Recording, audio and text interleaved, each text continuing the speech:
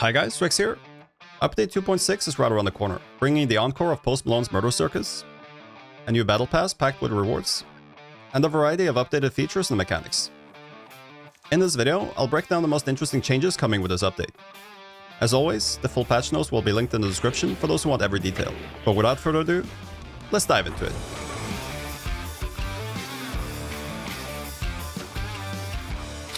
Oi! Rakta! Are you subscribed to the channel? What? Are you subscribed to the channel? I cannot hear you. Are you subscribed to the channel?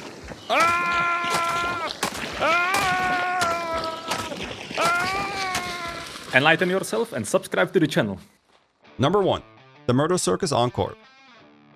The Murder Circus is back, bringing new challenges, returning troupe traits, a tougher Ursa Mortis, a reworked Shredder, and fun new ways to earn event points. This Encore expands on the original format with updated mechanics and features. The circus itself is an enclosed compound that appears at one location on every map. Inside, you'll find all the familiar rewards that can be unlocked with pledge marks. A box restoring all ammo and tool charges, sealed cash registers, a full restoration medkit, posters granting XP, dark side boost, or a 4-shot boon, a master clue revealing all boss locations, and depending on the boss layout, a sealed bounty token. Inside the main circus tent, you'll also find the Shredder, which I'll cover shortly. Event points are gained in multiple ways, all of which are listed on screen. You'll gain a pledge mark for every 25 event points, and you'll gain 2 by banishing a boss in Clash, or 3 for becoming the sole survivor. And speaking of pledge marks, a brand new type of poster has been added, the pledge mark envelope, which grants between 1 and 3 pledge marks. These can spawn around the map, similar to the regular XP or Bloodline posters. As before, pledge marks can be looted from downed hunters up to your maximum of 6 at any given time. Once you reach that cap, remaining pledge marks are left in the body for others to loot. Tarot cards have also carried over into this update, and you'll now find 3 of them spawning inside the circus. And of course, the circus offers fun activities for the whole family, from the heist wrecker, to balloon popping, to fortune teller machines, and festive party animals, which brings me to my next point. Number 2. Ursa Mortis. Ursa Mortis has returned along with the circus and is now more aggressive than before. It now has increased health, higher damage, and can even break through the circus fence while chasing hunters. Explosives no longer knock it down, and this roar now triggers traps around the arena. Expect a tougher encounter this time. Number 3. The return of the Shredder. The Shredder is making a comeback, but with a complete mechanical overhaul that makes it far more technical than before. It's a scarce weapon found in the main circus tent and must be unlocked for 2 pledge marks. The old heat-seeking behavior is gone entirely as the frag blades have been removed, leaving the Shredder with regular ammo only. Blades now ricochet purely based on physics instead of homing in on targets. The weapon does not come pre-charged when equipped, so you'll need to manually charge it by pressing X or the fire button before you can shoot. After each shot, there's an automatic charging animation, which slows down its overall rate of fire compared to before. Once charged, the blade will gradually lose speed and stop spinning entirely unless you keep it maintained. If you holster the weapon, the blade continues spinning for a short duration, allowing you to re-equip and fire quickly as long as it hasn't fully spun down. Blades also no longer pierce hunters or AI. They now stick into bodies like arrows, bolts, and throwables, making them easier to retrieve. Overall, the Shredder is still powerful, but is now a much more skill-based weapon with a noticeably higher learning curve compared to its earlier version. I'll be covering the Shredder in depth in the full mastery video soon. Number 4. Event traits. The troops are back, but this time you can pledge to as many as you want if you have the pledge marks. First off, Blademancer makes a return. While using Darksight, retrievable ammo in front of you automatically returns to your inventory. The range is 100 meters, same as before, and as a bowmain, I'm obviously excited for the return of this trait. Next up, we're seeing the return of Corpseer. With this trait, looting a downed hunter grants Darkside boost, same as before. Then there's Crackshot. This trait reduces sway and increases zoom for rifles and stock pistols, excluding shotguns and sawn-offs. Next, we have Bruiser. This brand new trait reduces melee stamina consumption and significantly reduces flinch upon taking damage. which could have an interesting impact on PvP, I'm sure. And finally, we have a brand new trait, Communion. With this trait, you can now enter Dark Side and spend 15 health to heal a teammate for 75 and cleanse their status effects, allowing you to take on the medic role. Number 5. Heist Tracker and Fortune Teller machines.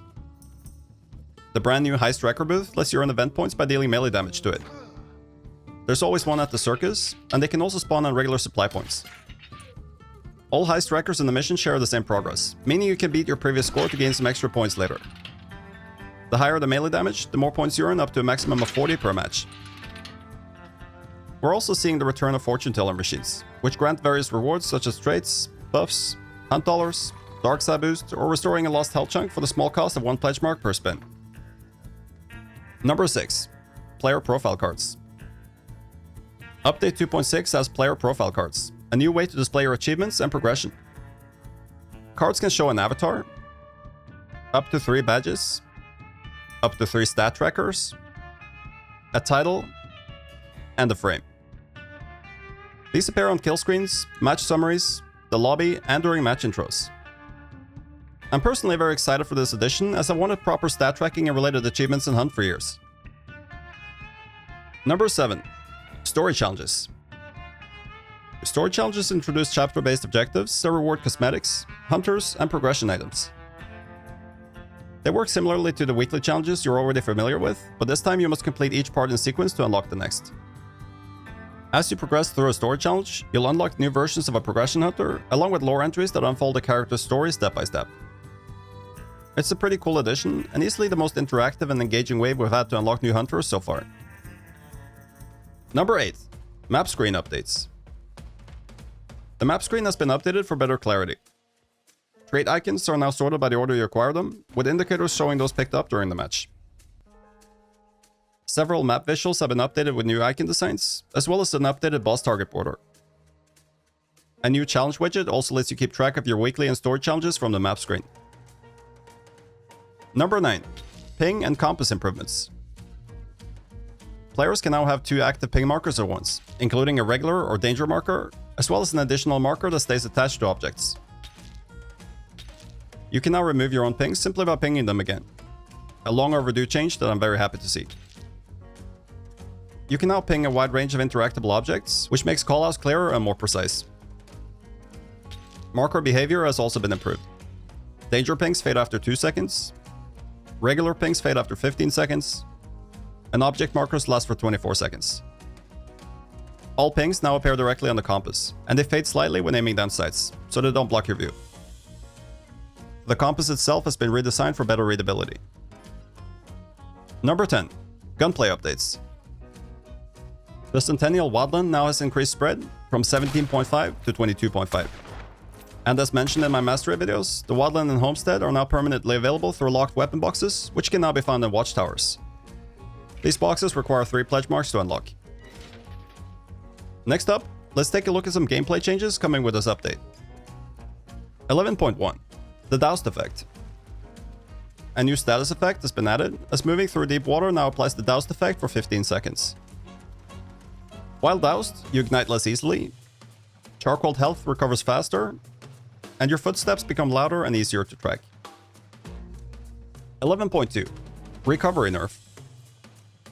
Recovery shots in Relentless now restore chunks with 24 points of charcoaling, temporarily reducing your maximum health. This is a significant nerf to both, as it will take far longer to get your health back during a fight. 11.3. Burn Trait Limit. Burn traits can no longer stack, meaning you can only have 1 charge for Relentless, Remedy, or Rampage, as opposed to 3 before this update. 11.4. Beetle Spawns. The Beetle Pods can once again spawn any beetle type, like they used to before. This was reverted based on community feedback, and I'm glad to see it back. Beetles offer strong utility and fun mechanics, allowing you to think outside of the box and outsmart your opponent. Number 12. Water Bottles. The water bottle is a new throwable with several unique interactions. On impact, it creates a splash of water, applying the Doused Effect and extinguishing most fires. But throwing a water bottle into an oil fire causes it to erupt into a large burst of flames. Since the water bottle can't be stored, it will drop to the ground and break if you switch to another item or weapon. The water bottle is extremely effective against immolators, as a direct hit will kill them, even though they are elite AI. Yeah. Number 13. AI updates. Immolators now react dynamically to water. They become doused when hit by the splash from a water bottle, walking through deep water, or in heavy rain, making them slower, weaker, and unable to ignite. The assassin has had its health reduced, which is a welcome change as it previously took much longer to kill than the other bosses. Number 14. Meta and UI. Rich presence has been added for Steam and Discord, so friends can see your current hunt status, such as whether you're in the lobby or in the game. This is on by default, but can be turned off from the privacy settings. Brand new players now face fewer monster types early on, and bot difficulty now scales gradually for a smoother learning experience. And finally, weak shot icons have been updated to make them more distinguishable from regular shots. Number 15. Bug fixes and improvements. There's a very large number of bug fixes and minor improvements in this update. They are too extensive to cover here, but as always you can find the full list in the patch notes linked in the description. And that wraps up the Murder Circus Encore. This video covered the most important and interesting gameplay changes coming with update 2.6. If you want even more details, make sure to check out the full patch notes listed in the description. If you found this video helpful, don't forget to like and subscribe. Let me know in the comments, what are you most excited for with this update? Thank you for watching, and until next time, I'll see you in the bayou.